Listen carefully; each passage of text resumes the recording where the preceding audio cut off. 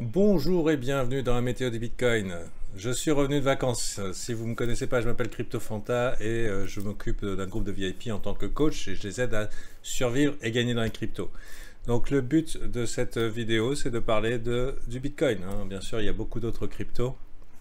Mais vu que c'est lui un peu qui donne la température pour l'ensemble, ceci est un extrait du live VIP que je fais tous les jours pour eux.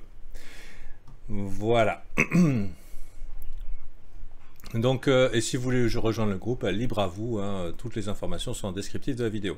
Bon, je vais faire un petit topo par rapport au début de semaine, si vous n'avez pas vu un petit peu où on en est. En tout cas, selon ma vision des faits, la vision des faits, c'est qu'à partir du moment où on a cassé ici, on fait un signal long terme qui est un changement de structure de marché. Changement de structure de marché, ça veut dire quoi? Ça veut dire que la définition d'une tendance haussière, c'est plus haut sommet, plus haut creux. À partir du moment où on fait un plus haut sommet ici, on signale à des joueurs long terme, donc en weekly, qu'on est sur un macro play de ma façon rebond. Est-ce que ça veut dire que ça va faire only up? C'est pas sûr, après tout c'est le Bitcoin, c'est possible. Mais la chose est donnée, c'est que vu qu'il y a changement de structure de marché, on peut anticiper potentiellement une direction haussière jusqu'à contact et retest éventuellement des résistances ici, plus exactement 48 000 un bout, 48 000 et quelques, et plus exactement sous les 60 000, ça devrait être un petit peu dur à passer. Bon, le temps nous le dira. Donc changement de market structure et ce qui n'exclut pas la création d'un plus haut creux, pardon. Là, on a le plus haut sommet. Maintenant, on attend le plus haut creux qui confirmera éventuellement dans cette direction. Donc, voilà pour ça. Est-ce que c'est le moment d'acheter? Alors, pour des joueurs long terme qui mettent 1% de leur capital, ça leur pose pas de problème d'éventuellement de se prendre le petit pullback. Mais si vous êtes quelqu'un qui veut absolument make it, veut absolument devenir riche vite, c'est plus délicat d'acheter après 4 semaines de hausse. Alors, ça ne veut pas dire que je pense qu'on va aller vers le bas. Je pense qu'il y a eu beaucoup de gens par rapport aux vacances qui ont quand même raté une grande partie du move, plus ce signal qui a été donné au niveau du weekly, une belle cassure au niveau des weekly confirmés. Idem pour Ethereum, donc oui c'est météo du Bitcoin, mais Ethereum, indicateur de bonne santé pour les alts, lui aussi a signalé cette cassure, donc ce plus haut sommet weekly. Donc maintenant, même si on avait des dips, même si on avait des chutes, la direction est plutôt direction haussière. Au moment où je vous dis ça, je vais essayer de faire court mes météos maintenant, je vais les faire plus court, garder la substantifique moelle pour les VIP. De toute façon, vous ne manquez pas de contenu sur YouTube, c'est juste pour vous dire que j'existe. Hop là, à noter quand même que s'il y a un bon play à faire actuellement, c'est le dollar. Le dollar index qui nous fait un weekly W dans un weekly W avec une tasse séance au contact des résistances. Qu'est-ce qu'essaye de faire le dollar? Il essaye de casser la résistance.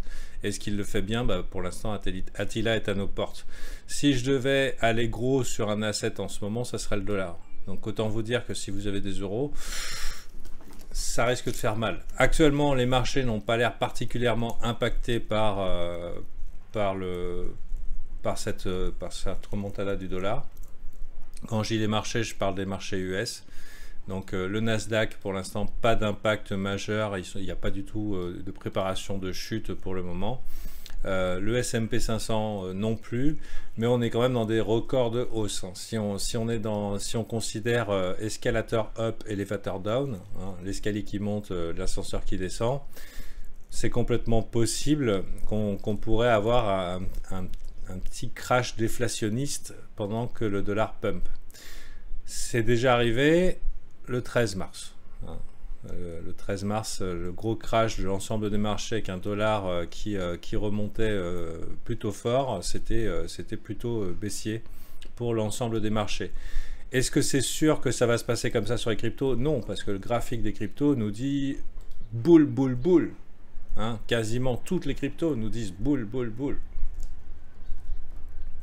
Et parce que le graphique nous le dit, si jamais il devait y avoir un crash relativement rapide, tant qu'on ne perd pas les structures, tant qu'on ne perdrait pas les structures au niveau ETH, etc., et qu'on avait un crash relativement rapide suite à un gros push du dollar, parce qu'il y a des trucs qui se passent au niveau du Congrès, je sais pas quoi, Bill américain, là, ils sont en train de faire une restructuration, a priori que certains iraient dans la valeur refuge de point ouvrez les guillemets cash.